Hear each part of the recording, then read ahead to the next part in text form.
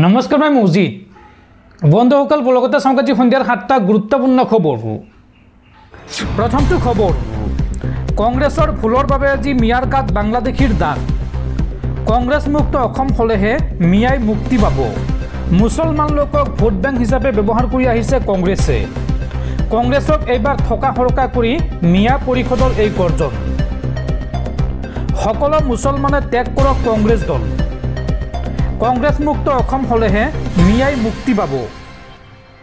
কংগ্ৰেছৰ ভুলৰ বাবে আজি মিয়াৰ গাত বাংলাদেশীৰ দাগ অসমৰ সাম্প্ৰতিক পৰিৱেশৰ বাবে কেৱল কংগ্ৰেছ দল জগৰীয়া দশক ধৰি কংগ্ৰেছে মুছলমানক ব্যৱহাৰ কৰি আহিছে মুছলমান লোকক ভোট বেংক হিচাপে ব্যৱহাৰ কৰি আহিছে কংগ্ৰেছক সকলোৱে বৰ্জন কৰক ডি ভোটাৰ সৃষ্টি কৰিছে কংগ্ৰেছে ডিটেনশন ক্যাম্প বনালে কংগ্ৰেছে ডিটেনশন ক্যাম্পৰ মূল নায়ক আছিল কংগ্ৰেছ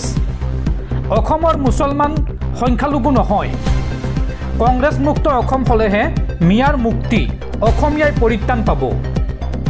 মিয়াৰ আজন্ম শত্ৰু হৈছে কংগ্ৰেছ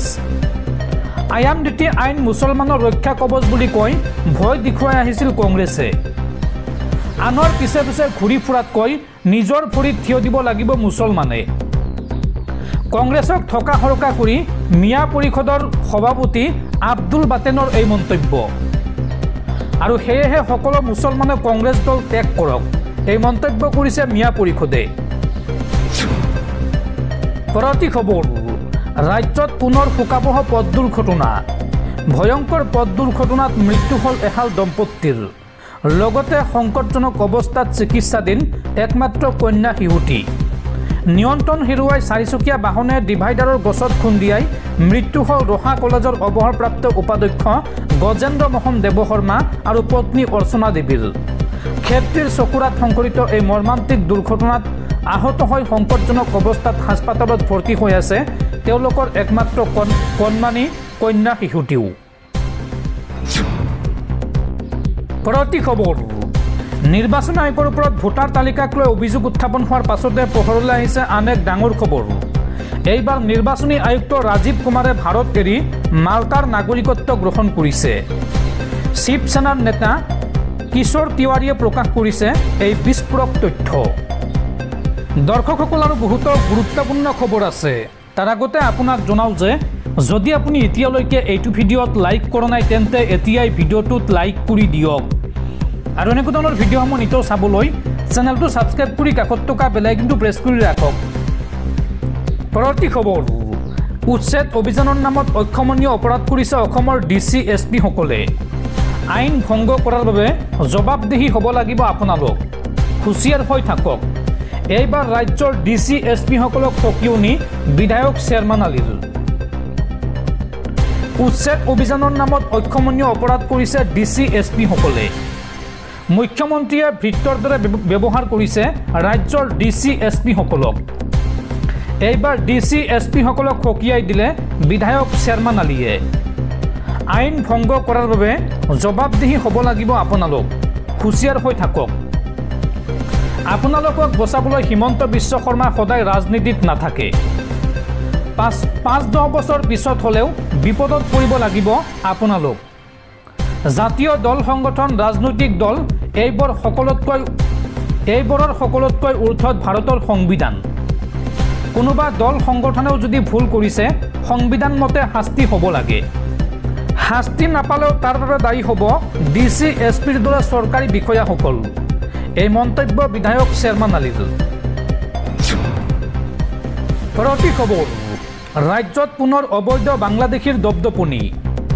এইবাৰ বাংলাদেশলৈ উভতি যাবলৈ লওঁতে সীমান্তত ৰাইজৰ হাতত আটক হ'ল 9 গৰাকী ৰোহিংগীয়া কাছাৰৰ কাটিগড়াৰ বাংলাদেশ সীমান্তত শিশু মহিলাসহ 9 গৰাকী ৰোহিংগীয়াক আটক স্থানীয় লোকৰ দালালৰ সহায়ত অবৈধভাৱে অনুপ্ৰৱেশ কৰা ৰোহিংগীয়া কেইজন কৰ্মৰত আছিল হায়দৰাবাদত আৰু স্থানীয় ৰাইজে পৰৱৰ্তী সময়ত গতাই দিয়ে আৰক্ষীক পৰৱৰ্তী খবৰ পাকিস্তানৰ হৈ চোৰাংচোৱাগিৰি কৰি পুনৰ চিআইডিৰ জালত এগৰাকী যুৱক চিআইডিৰ অভিযানত গ্ৰেপ্তাৰ কৰা হৈছে দেশদ্ৰোহী মহেন্দ্ৰ প্ৰসাদক ভাৰতৰ বহু গোপন খবৰ পাকিস্তানক জনোৱাৰ গুৰুতৰ অভিযোগ এইগৰাকী যুৱকৰ বিৰুদ্ধে পাকিস্তানৰ হৈ চোৰাংচোৱাগিৰি কৰি CIDৰ জালত এইগৰাকী যুৱক CIDৰ অভিযানত গ্ৰেপ্তাৰ হৈছে দেশদ্ৰোহী মহেন্দ্ৰ প্ৰসাদ ভাৰতৰ বহু গোপন খবৰ পাকিস্তানক জনোৱাৰ গুৰুতৰ অভিযোগ মহেন্দ্ৰ প্ৰসাদে দেশৰ বহু সংবেদনশীল তথ্য যোগান ধৰিছিল পাকিস্তানী চোৰাংচোৱা সংস্থা ISI মহেন্দ্ৰ প্ৰসাদ DRDOৰ জয়সালামৰ অতিথিশালাৰ মেনেজাৰ হিচাপে কৰ্মৰত আৰু মহেন্দ্ৰ প্ৰসাদক অফিচিয়েল সিক্ৰেটছ এক্ট 1923 অধীনত গোচৰ ৰুজু কৰি গ্ৰেপ্তাৰ কৰা হৈছে পৰৱৰ্তী খবৰ ৰাজ্যৰ লাখ লাখ ডি ভোটাৰৰ বাবে ডাঙৰ খবৰ মুছলমানক বাদ দি সকলো ডি ভোটাৰে পাব ভাৰতীয় নাগৰিকত্ব সুপ্ৰিম কোৰ্ট আৰু ভাৰত চৰকাৰৰ নিৰ্দেশত অসমৰ ডি ভোটাৰৰ সমস্যা হ'ব শেষ ৰাজ্যৰ লাখ লাখ ডি ভোটাৰৰ বাবে ডাঙৰ খবৰ মুছলমানক বাদ দি কোন কোন ধৰ্মাৱলম্বীয়ে পাব ভাৰতীয় নাগৰিকত্ব মুছলমানক বাদ দি শিখ পাৰ্চী জৈন খ্ৰীষ্টান আৰু বৌদ্ধ ধৰ্মাৱলম্বীয়ে পাব ভাৰতীয় নাগৰিকত্ব সুপ্ৰিম কোৰ্ট আৰু ভাৰত চৰকাৰৰ নিৰ্দেশত অসমৰ ডি ভোটাৰৰ সমস্যা হ'ব শেষ আফগানিস্তান পাকিস্তান আৰু বাংলাদেশৰ পৰা জীৱন আৰু ধৰ্ম ৰক্ষাৰ বাবে ভাৰতলৈ আহিছিল নিপীড়িত লোকসকল নিপীড়িত অমুছলমান লোকসকলৰ বিৰুদ্ধে ট্ৰিবিউনেলত চলি থকা ডি ভোটাৰ গোচৰ প্ৰত্যাহাৰৰ বাবে জিলা আয়ুক্তক দিয়া হৈছে নিৰ্দেশ অসমত মুছলমানৰ লগতে হিন্দু শিখ পাৰ্চী জৈন খ্ৰীষ্টান আৰু বৌদ্ধ ধৰ্মাৱলম্বীৰ মুঠ 94,477 গৰাকী ডি ভোটাৰ আছে আৰু এইসকলৰ পৰা মুছলমানক বাদ দি বাকী সকলক প্ৰদান কৰা হ'ব ভাৰতীয় নাগৰিকত্ব পৰৱৰ্তী খবৰ ভাৰতৰ সৈতে আমেৰিকাৰ শুল্ক যুদ্ধৰ মাজতে ছেপ্টেম্বৰত আমেৰিকালৈ যাব প্ৰধানমন্ত্ৰী নৰেন্দ্ৰ মোদী মোদীয়ে অংশ ল'ব ৰাষ্ট্ৰসংঘৰ সাধাৰণ পৰিষদৰ উচ্চ পৰ্যায়ৰ বৈঠকত UNGAৰ বৈঠকৰ বক্তাৰ তালিকাত মোদীৰ নাম সন্নিৱিষ্ট কৰিছে ৰাষ্ট্ৰসংঘই পৰৱৰ্তী খবৰ Aadhaar card PAN card voter card থাকিলে কোনো লোক ভাৰতীয় নহয় ভাৰতীয় নাগৰিকত্বক লৈ বৃহৎ ৰায়দান উচ্চ ন্যায়ালয়ৰ এজন বাংলাদেশী নাগৰিকৰ আবেদন নাকচ কৰি ন্যায়ালয়ে ক'লে কেনেকৈ প্ৰমাণ হয় নাগৰিকত্ব আধাৰ কাৰ্ড পেন কাৰ্ড থাকিলে কোনো লোক ভাৰতীয় নহয় ভোটাৰ কাৰ্ড থাকিলেও লাভ নকৰে ভাৰতীয় নাগৰিকৰ পৰিচয় Aadhaar card PAN card voter card কেৱল পৰিচয় পত্ৰ হ'ব পাৰে এনে পৰিচয় পত্ৰ কেৱল সংশ্লিষ্ট সেৱাৰ বাবেহে দিয়া হয় এইসমূহ পৰিচয় পত্ৰৰ দ্বাৰা নাগৰিকত্ব প্ৰমাণ কৰিব নোৱাৰি নাগৰিকত্ব নিৰ্ণয় হয় নাগৰিকত্ব আইন 1955 অনুসৰিহে ভাৰতীয় নাগৰিকত্বক লৈ বৃহৎ ৰায়দান উচ্চ ন্যায়ালয়ৰ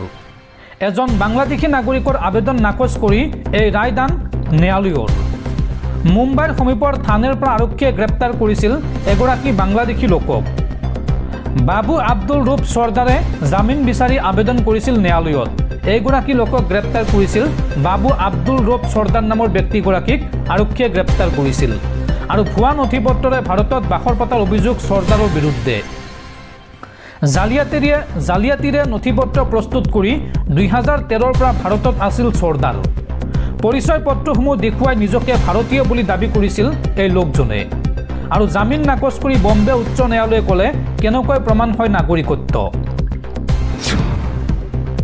পৰৱৰ্তী খবৰ প্ৰত্যাহ্বানমূলক হ'ব অসমত ভোটাৰ তালিকা পুনৰীক্ষণ প্ৰক্ৰিয়া SIRৰ পূৰ্বে অসম কংগ্ৰেছে আৰম্ভ কৰিলে বুথ এজেণ্টৰ প্ৰশিক্ষণ অসমত ভোটাৰ তালিকাৰ বিশেষ পুনৰীক্ষণ চমুকৈ SIRৰ কথা ঘোষণা কৰাৰ পিছতে তৎপৰ হৈ পৰিছে কংগ্ৰেছ দল ভোটাৰ তালিকাৰ বিশেষ পুনৰীক্ষণ পূৰ্বে বুথ পৰ্যায়ৰ এজেণ্ট চমুকৈ BLA নিযুক্তি আৰু প্ৰশিক্ষণ আৰম্ভ কৰিছে কংগ্ৰেছে ৰাজ্যিক দলৰ মুৰব্বী গৌৰৱ গগৈয়ে এই সন্দৰ্ভত কয় যে এতিয়ালৈকে প্ৰায় 28,880 গৰাকী BLA পঞ্জীয়ন কৰা হৈছে আৰু প্ৰশিক্ষণ চলি আছে দেওবাৰে প্ৰথম ৰাউণ্ডৰ প্ৰশিক্ষণ সম্পূৰ্ণ হয় আৰু মাহটোৰ শেষত এসপ্তাহজোৰা কাৰ্যসূচীৰ পৰিকল্পনা কৰা হৈছে বুলি জানিবলৈ দিছে বিহাৰত ভোটাৰ তালিকাৰ সৈতে হেতালি খেলাৰ অভিযোগ সন্দৰ্ভত এজেণ্টসকলক অৱগত কৰা হৈছে যি প্ৰমাণ ৰাহুল গান্ধীয়ে প্ৰদান কৰিছিল BLAক আপত্তি আৰু দাবী দাখিল কৰাত সহায় কৰিবলৈও কংগ্ৰেছে নিজৰ আইনী দল প্ৰস্তুত কৰিছে গৌৰৱ গগৈয়ে এই সন্দৰ্ভত কয় যে ৰাজ্যখনৰ জনগাঁথনিগত জটিলতাৰ বাবে অসমত SIR প্ৰক্ৰিয়াটো বাধ্যতামূলক হ'ব যিটো বিজেপি চৰকাৰে আৰু বেয়া কৰি তোলাৰ সম্ভাৱনা আছে বুলি মত প্ৰকাশ কৰিছে তেওঁ ৰাষ্ট্ৰীয় নাগৰিকপঞ্জীৰ আচৰণক সমালোচনা কৰি ইয়াক অনিশ্চিত বুলি অভিহিত কৰি কয় যে নাগৰিকত্ব সংশোধনী আইনৰ নিৰ্দেশনা অনুসৰি বহু বাংলাভাষী লোকে এই আইনৰ অধীনত আবেদন কৰিবলৈ বাংলাদেশৰ বুলি শপতনামাত ঘোষণা কৰিবলৈ বাধ্য হয়। তেওঁ আৰু অভিযোগ কৰে যে অবৈধ অনুপ্ৰৱেশৰ সমস্যাটো সমাধান কৰাৰ পৰিৱৰ্তে বিজেপি চৰকাৰে দায়িত্বৰ পৰা আঁতৰি আছে। পৰৱৰ্তী খবৰ, ৰাজ্যত পুনৰ মুন্না ভাই MBBSৰ দপদপনি। এইবাৰ নগাঁৱৰ বৰপেটিত গ্ৰেপ্তাৰ হৈছে ভুৱা মেডিচিন বিশেষজ্ঞ এইগৰাকী আক্ৰামুল হক। নিজ বাসগৃহতে ক্লিনিক খুলি চলাই আছিল এইগৰাকী ভুৱা চিকিৎসকে চিকিৎসা।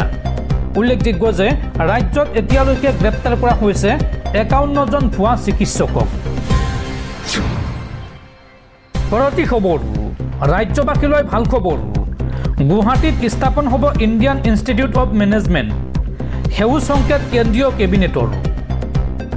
গুৱাহাটীত ইণ্ডিয়ান ইনষ্টিটিউট অৱ মেনেজমেণ্ট চমুকৈ IIM স্থাপনৰ বিধেয়কত অনুমোদন জনাইছে কেন্দ্ৰীয় কেবিনেটে। কেবিনেটে ঘোষণা কৰা এই প্ৰতিষ্ঠান 2007 চনত স্থাপিত IIM শ্বিলঙৰ পাছত উত্তৰ পূৰ্বাঞ্চলৰ দ্বিতীয়টো আৰু দেশৰ ভিতৰতে 22তম প্ৰতিষ্ঠান হিচাপে পৰিগণিত হ'ব। জ্যেষ্ঠ বিষয়াসকলৰ মতে চৰকাৰে এই প্ৰকল্পৰ বাবে 500 কোটিৰো অধিক টকাৰ প্ৰতিশ্ৰুতি প্ৰদান কৰিছে।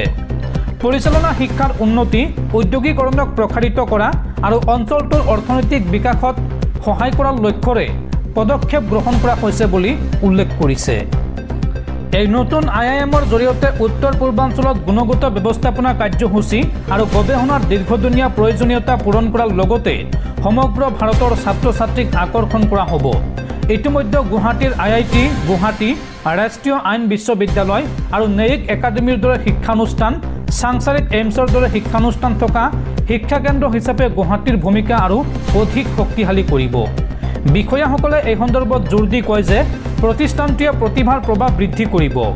নিয়োগযোগ্যতা বৃদ্ধি কৰাৰ লগতে আঞ্চলিক আৰু ৰাষ্ট্ৰীয় উন্নয়নৰ মূল ক্ষেত্ৰসমূহক সমৰ্থন কৰিব বুলি আশা প্ৰকাশ কৰিছে। উল্লেখনীয় যে চলিত গ্ৰীষ্মকালীন অধিৱেশনৰ সময়তে সংসদত এই বিধেয়কখন উত্থাপন কৰা হ'ব বুলি সদৰি কৰিছে।